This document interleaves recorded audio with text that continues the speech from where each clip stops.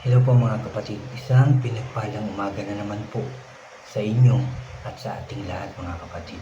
Narito na naman po ako para mag-share ng salita ng ating Diyos, kaya at mag-pray, mag-focus po tayo para talagang maintindihan natin yung ating pag-aaralan ngayong umaga na ito. At syempre, hihingi tayo ng gabay, ng guidance, ng protection, ng wisdom and knowledge sa ating Diyos. Pagsiyuko tayo. Yes, O God, aming Diyos na makapangyarihan sa lahat. Aming Diyos na banal, muli kami nagpapasalamat sa iyo. Muli kami nagpupuri sa iyo dahil sa iyong kabutihan, dahil sa iyong pagmamahal sa amin. Lord, maraming salamat dahil pinagsama-sama mo na naman kami para makinig na naman ang iyong mga salita. Muli, Ama, gabayan mo po ulit kami, turuan, samahan at proteksyonan para po maging maayos yung aming pakikinig at pag-aaral ng iyong mga salita. Lord, turuan mo rin po ako, samahan at gabayan para lahat po ng aking sasabihin ay galing lamang po sa iyong salita. Maraming salamat po dahil naniniwala po kami na narito ka sa aming kalagitnaan.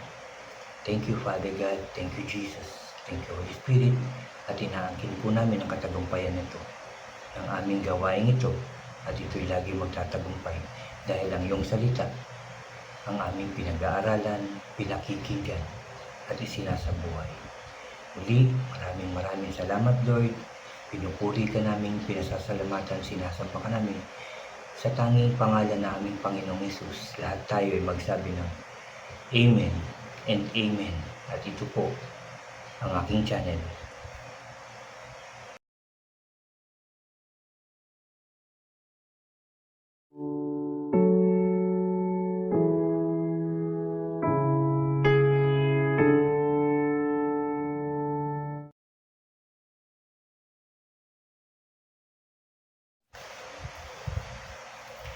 Hello po ulit mga kapatid, ulitin ko lang isang pinagpalang umaga po sa inyong lahat at sa ating lahat mga kapatid.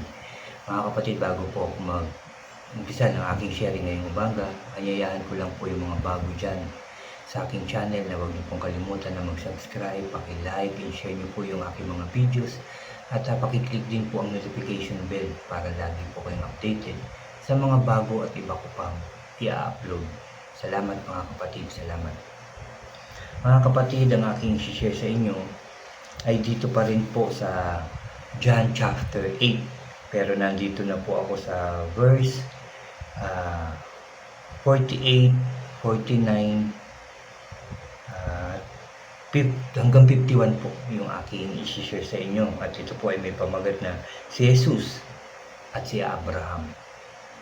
Kung matatandaan natin, yung shinare ko po dun sa chapter dito rin sa chapter 8 na yung pagtatalo ng mga Hudyo na sinasabi nga nila kami descendant ni Abraham, hindi kami ampon, sabi pang ganyan, kami mga tunay na anak ni Abraham. Itatalo sila dahil sinabi nga ng Panginoong Hesus na hindi sila maliligtas at sila ay mga alipin ng kasalanan. Yan yung mali na sinasabi ng Panginoong Hesus sa kanila. Pero patuloy yung kanilang pagpapalitan ng mga salita at kung ano-anong sinasabi nila sa ating Panginoong Hesus. At dito nga po sa verse 49 hanggang 51, sinabi ko nga po kanina, ito nga po ay may pamagat na si Jesus at si Abraham. Mag-umpisa na po tayo. Sabi po dito sa 48, sinagot siya ng mga Jews o mga Hudyo, o diba, tama kami, Samaritan ka at sinasapian ka ng demonyo. Sabi sa 49, hindi ako sinasapian, sabi ni Jesus, binibigyan ko ng karangalan ng Ama, pero hindi nyo ako nire-respeto. Hindi ko habol ang papuri ng tao, pero merong isa na yun ang gusto niya para sa akin. Siya ang hahatol. At verse 51 po, tandaan nyo, ulitin ko, Sabi sa verse 51, tandaan nyo, hindi mamamatay ang sinumang sumusunod sa mga teaching ko. Amen and amen. Salamat sa salita ng ating Diyos. Mga kapatid, dito ulit ako nagbasa sa ang Biblia o ang Bible, Pinoy version po yung aking binasa ngayong umagang ito, mga kapatid. No? Sabi niya sa 51 ng Panginoong Sos, tandaan nyo, hindi mamamatay ang sinumang sumusunod sa mga teaching ko. Hindi mamamatay ang mga taong sumusunod sa mga turo ng ating Panginoong Jesus. Yan ang sinabi niya sa mga Hudyo. No? At yan din ang sinasabi ng Diyos, ng ating Panginoon sa atin ngayong umagang ito. Ang mga hindi sumusunod, mamamatay. Ang mga sumusunod ay mabubuhay. At sinabi pa niya, hindi mamamatay, mga kapatid. Sinabi yan sa ating lahat. Kung sinabi yan sa mga Hudyo noon ng ating Panginoong Hesus dahil sa kanilang mga ginagawa, sinasabi nila, yes, kami descendant ni Abraham. Pero hindi naman sila sumusunod. Sabi nga ng Panginoong Hesus, hindi nyo ako nilirespeto. Sabi niya, hindi ko kailangan ng papuri niyo. Pero yun ang gusto ng Ama, na siya'y papurihan ng mga tao. Pero dahil nga sa pagkaalipin ng mga tao, dahil sa kasalanan, sa kagustuhan ng mga katawan, mga hilig ng kanilang laman, patuloy silang nakakagawa ng kasalanan. Kaya sinabihan sila ng Panginoon, mamamatay ang mga taong yun dahil sa pagkaalipin sa kasalanan. Dito, mga kapatid, sinasabi sa atin na tayo ay patuloy na tayong mga nakikinig ng salita ng Diyos, tayong mga nagbabasa, sinasabi natin na tayo ay nagbabasa ng salita ng ating Diyos, nakikinig, sumasamba sa Diyos, no? Ma-attend sa mga service, sa mga pag-aaral tungkol sa salita ng ating Diyos. Sinasabi natin yan. Kung talagang isinasabuhay natin yan at patuloy tayong namumuhay sa salita ng ating Diyos, hindi nga tayo mamamatay. At sabi pa ng Panginoong Hesus, magkakaroon tayo ng buhay na walang hanggan, mga kapatid. Yan ang ibibigay sa atin ng ating Diyos. Yan ang ibibigay sa atin ng ating Panginoong Hesus kung patuloy tayong susunod sa kanilang mga utos at mga tuntunin. Isasabuhay yung salita ng ating Diyos. Kakalimutan yung mga kasalanan para magkaroon tayo ng buhay na walang hanggan. Yan ang kailangan natin gawin. Araw-araw. Araw-araw tayong mananalangin, magpapasalamat sa Diyos sa lahat ng kanyang binibigay sa atin. Pagkatapos magdasal, basa na naman ang salita ng Diyos. Tapos isabuhay ito. I-share, ituro, ihayag sa ating mga mahal sa buhay at sa ibang tao. Dahil yan ang purpose natin dito sa mundo. Yes, kailangan nating magtrabaho. Diba, yung mga kabataan kailangan mag-aral ng mabuti, maayos, para magkaroon ng magandang kinabukasan, yung magandang pagtatrabaho. Yes, nandiyan din yung pagpapamilya, diba, magkakaroon ng asawa, magkakaroon ng anak, aayusin yung kanilang future. Tama po yun. Pero ang mas makakabuti sa bawat tao, bawat pamilya, ay yung makakilala sa Diyos ng lubusan at yung tumanggap sa ating Panginoong Hesus ng buong puso't kaluluwa na maging Hari, Panginoon at personal na tagapagligtas. Yan yung mabuting dapat natin ginagawa. At lahat ng naririnig natin, nababasa natin sa salita ng ating Diyos ay ating pong isa sa buhay. Makita nawa ito sa ating pamumuhay na dala-dala natin ang salita ng ating Diyos. Para ano? Para magkaroon tayo ng buhay na walang hanggan. Yan po ang gusto ng ating Diyos. Yan po ang gusto ng ating Panginoong Hesus, ang sumunod sa Kanya. Para sa Kanyang pagbabalik dito sa lupa, makakasama tayo doon sa kanilang kaharian. At doon, tayo ay mabubuhay na kasama sila. Na maayos, masaya, walang kalungkutan na. Puro maayos, maganda, aawit tayo doon, mga kapatid. At doon, magkakaroon tayo ng buhay na walang hanggan. dahil sinunod natin siya. Diba? Isinabuhay po natin yung kanyang mga salita, binahagi din natin, diba? Hindi natin pinayagan na hindi matuto yung ating mga mahal sa buhay ng salita ng Diyos. Hindi tayo papayag na hindi rin nila ito maisabuhay. Ganon din yung ating kapwa para sama-sama tayo nababalikan ng ating Panginoong Hesus. Huwag nating payagang may maiwan lalong-lalo na sa ating mga mahal sa buhay. Sama natin sila. Pakilala natin ang Diyos. Ganon din yung ating kapwa. Isama din natin sila. I pray nga, di ba? Lahat tayo sigurado gusto natin na kasama natin silang lahat. Para walang maiwan. Pero paano natin ito gagawin? Ayun nga. Ang ihayag ang salita ng ating Diyos. Habang tayo nabubuhay, hihingi tayo ng wisdom and knowledge, ng kalakasan para patuloy tayo makapaglingkod sa Diyos. Hihingi tayo ng kasipagan. Yan, yung tamang puso't isipan. Yung tunay na pagmamahal sa ating Diyos dahil mahal natin ang ating Diyos.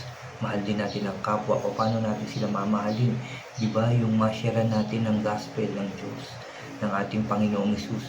Yung madala natin sila sa paanan ng Diyos. Makapagbalik loob sila. Yan ang ating gagawin. Yan ang pagmamahal na sinasabi ng Diyos na dapat na meron tayo sa ating mga puso para sa ating kapwa, para sa ating mga mahal sa buhay, syempre, para hindi po natin sila maiwanan. Kung gusto natin makapanik sa langit, makasama ang ating Panginoong Hesus, dapat sila din makasama natin. Dapat sila din, ganun din ang puso nila, ang makapanik, makapunta, makatira sa tahanan ng ating Diyos. Yan ang dapat natin ituro, ipaalala sa kanila everyday na dapat makarating sila. Makarating tayong lahat sa kaharian ng ating Diyos. Kaya nga tayo nagbabasa ng salita ng Diyos. Kaya nga tayo nakikinig ng salita ng ating Diyos. Di ba po? Para malaman natin ang katotohanan kung ano yung gusto ng Diyos sa atin. Kung ano yung mga pangako ng Diyos sa ating lahat. Yan ang gusto ng Diyos na marinig natin, matutunan natin, at maisabuhay nating lahat. Yan ang gusto ng Diyos, mga kapatid. Kaya nga may nagpipreach, di ba? Kaya nga may pastors, may bishop, di ba? Yung kanilang asawa, pati yung kanilang mga anak naglilingkod. Kaya nga may mga leaders, di ba? Para malaman natin ang salita ng ating Diyos. Sabi ko nga kanina, para makilala natin ang lubusan ng ating Diyos. Para malaman natin yung gusto ng Diyos sa ating mga buhay. Para tayo ay makarating sa kanyang kaharian. Kaya hindi tayo titigil, mga kapatid, na magbasa, mag-aral ng salita ng Diyos, at hindi rin tayo titigil na magbahagi ng salita ng ating Diyos. Dahil yan, tandaan natin ito, yan ang purpose natin dito sa lupa. Mga kapatid, lahat tayo, yan ang purpose natin. Kaya idalangin natin sa Diyos na tulungan tayo. Yun nga, sabi ko nga na hingi tayo ng wisdom and knowledge sa Diyos para malaman natin yung tama at mali, makapamahala tayo ng maayos sa ating pamilya, kahit sa ating pinagtatrabahuhan, di ba? Makapamahala tayo ng maayos. At doon sa ministry na pinagkatiwala sa atin ng ating Diyos, mapamahalaan natin sila ng maayos, tama, at nakalulugod sa Diyos. Yan ang mga lagi nating ipagdadasal. At alam nyo, kahit hindi nyo na mabanggit yung inyong sarili, yung inyong pangangailangan, basta tayo ay sumusunod sa Diyos, siya na ang bahala sa lahat ng ating pangangailangan. Dahil hindi niya nakakalimutan ng mga taong sumusunod sa Kanya. Hindi nakakalimutan ng Diyos ang tapat sa Kanya. Kaya sigurado ko ibibigay niya lahat ng ating pangangailangan. Magtiwala tayo sa Diyos. Yan ang kailangan natin, mga kapatid. Tiwala, umasa, sumampalataya sa ating Diyos. At sigurado ko, ulitin ko, sigurado tayong pagpapalain, iingatan, gagabayan, poproteksyonan at pagtatagumpayin tayo. Ninong ng Diyos na nasa langit. Salamat sa salita ng ating Diyos na araw-araw natin napapakinggan, araw-araw natin nababasa. Dahil mahal ka, mahal tayo ng ating Diyos. Napakabuti ng Diyos sa atin. Ayaw niya talaga may maiwan dito sa lupa. Gusto niya sama-sama tayo. Kaya anong gagawin natin? Lalapit sa Diyos, hihingi ng tulong, ng gabay, lalo-lalo na hihingi ng kapatawaran sa ating mga kasalanan at hindi nababalikan ng lahat ng kasalanan ng ating nagawa at susundin ang salita ng ating Diyos. Yan po ang tinuturo, sinasabi, pinapaalala ng Diyos sa atin ngayong araw na to, ngayong umagang ito. Hindi lang sa akin, hindi lang sa inyo. Dapat ito makarating din sa ating mga mahal sa buhay at dapat makarating din ito sa ating kapwa. Dahil yan ang purpose natin dito sa lupa. Salamat sa Diyos. Salamat din sa pakikinig niyo ng salita ng ating Diyos. I pray, mga kapatid, maisabuhay natin ito. Maisabuhay natin ang salita ng Diyos at palagi natin itong pakinggan. At palagi tayong mananalangin. Oras-oras lalapit tayo sa ating Diyos para hindi maputol yung ating connection sa Kanya. Ulitin ko lang, salamat sa salita ng ating Diyos na ating narinig, nabasa at napag-aralan na naman ngayong umagang ito. At ito'y ipagpapasalamat natin sa ating Diyos. Muli tayong mananalangin, muli tayong lalapit sa ating Diyos. Muli tayong hihingi ng tulong, ng gabay, ng proteksyon at katagumpayan sa ating mga buhay. Magsiyo po tayo. Yes, O God, aming Diyos na makapangyarihan sa lahat. Muli ka namin pinupuri at pinapasalamatan. Marapat lang, dapat lang na ikaw ay palagi namin pinasasalamatan at pinupuri dahil napakabuti mo sa aming mga buhay. Napakabuti mo, Lord, sa lahat ng tao. Tunay na mapagmahal ka at ang iyong pagmamahal ay hindi natatapos dahil ito'y magpakailan. Mamahalin mo ang mga tapat sa iyo. Thank you, Lord. Thank you, Jesus. Thank you, Holy Spirit. Ama, maraming salamat po muli sa iyong mga salita na aming napag-aralan na naman ngayong umagang ito. Salamat at tinuturuan mo kami na Lord God na sumunod sa iyong mga salita. Tinuturuan mo kami, Lord God, na maging tapat at totoo sa iyo, O Diyos. At dapat kami mabuhay sa salita mo, O Diyos. Hindi kami dapat maging alipin ng kasalanan. Tulungan mo po kami, samahan mo po kami, proteksyonan mo po kami, gabayan mo po kami, Lord God, sa gawa ng kaaway. And I pray na hindi na po kami makagawa ng kasalanan. Hindi na po nawa kami magkasala sa iyo, Diyos. At kahit sa aming kapwa, Lord, maging maayos at mabuti kami. At matupad namin, masunod namin ang mahalin ka ng buong puso't kaluluwa at buong kalakasan. At mahalin din namin ang aming kapwa sa pamamagitan ng pagbabahagi po ng iyong mga salita. Yan nawa ang magawa namin, Lord, habang kami ay nabubuhay. Sa pangalan ng Panginoong Jesus. Salamat po sa katagumpayan ng aming gawain. Lord, I pray na bigyan po kami ng kasipagan at kalakasan ng katawan upang patuloy namin itong maibahagi sa lahat ng tao. Lagi mo po kaming samahan, Lord. Huwag mo kaming pabayaan, Lord. Kung may mga pagdadaanan man kami hindi maganda at maayos sa aming buhay, huwag mo po kaming iwanan, O Diyos. Mas lalo mo po kaming gabayan at palakasin ang aming loob para magawa namin ang lahat, Lord. Sa pangalan ng Panginoong Jesus. Maraming salamat po muli sa iyong kabutihan, sa iyong pagmamahal, sa iyong katakilaan, O Diyos. At kami umaasa sa iyo at nagtitiwala, Lord. Nandyan ka. Hindi mo kami iiwanan. Hindi mo kami pababayaan. Dahil mahal mo po kami lahat, Lord. Salamat po. At nagpapasalamat din ako, Lord God. Una sa pagpapatawad mo sa lahat ng aming mga kasalanan. Sa pagbigay pa rin na napakaraming biyaya sa amin, Lord. Dahil patuloy pa rin na meron kami nakakain araw-araw. Salamat po. Yan ay galing sa iyo, Lord. Kung ano man ang meron kami ngayon, Lord, galing ito sa iyo. Kaya kami tagumpay dahil sa iyo. Kaya kami malakas dahil sa iyo, Lord. Kaya kami patuloy pa rin na nakakapaghayag ng iyong mga salita. Dahil yan din sa iyong kabutihan. Dahil yan sa iyong pagpapala, O God. Salamat po, salamat po, salamat po. For all the blessings, Lord, sa lahat ng biyaya, salamat po. Salamat sa guidance and protection sa amin lahat. Sa Salamat sa pagpapagaling mo sa lahat ng may sakit at karamdaman. Kung ano man yung mga nararamdaman namin ngayon, ng mga taong nakikinig sa iyo ngayon, kung meron man sumasakit sa kanila, kung meron man silang nararamdaman sa kanilang physical na pangangatawan, I pray, Lord, I pray, pagalingin mo po sila sa pangalan ng Panginoong Hesus. Kung ano man, Lord God, yung kanilang mga pangangailangan sa buhay, I pray sa pangalan ng Panginoong Hesus, ito ipagkaloob mo po sa kanila. In Jesus' name, in Jesus' name. Maraming salamat po dahil hindi lang ang buhay ng tao ang iyong aayusin, babaguhin, pagpapalain, kundi ang bawat pamilya at bawat bansa dito sa mundong ito. Lord. Salamat po sa iyong kabutihan, sa iyong pagmamahal, sa iyong kadakilaan.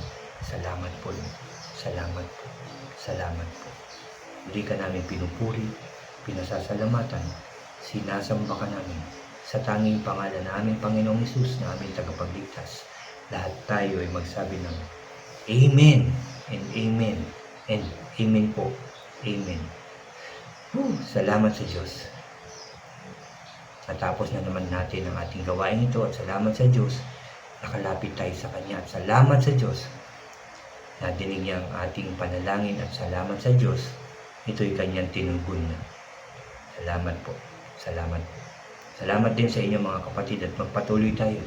Makinig, mag-aral ng salita ng Diyos at ating itong isang buhay. God bless po sa inyo lahat. At God bless po sa ating lahat.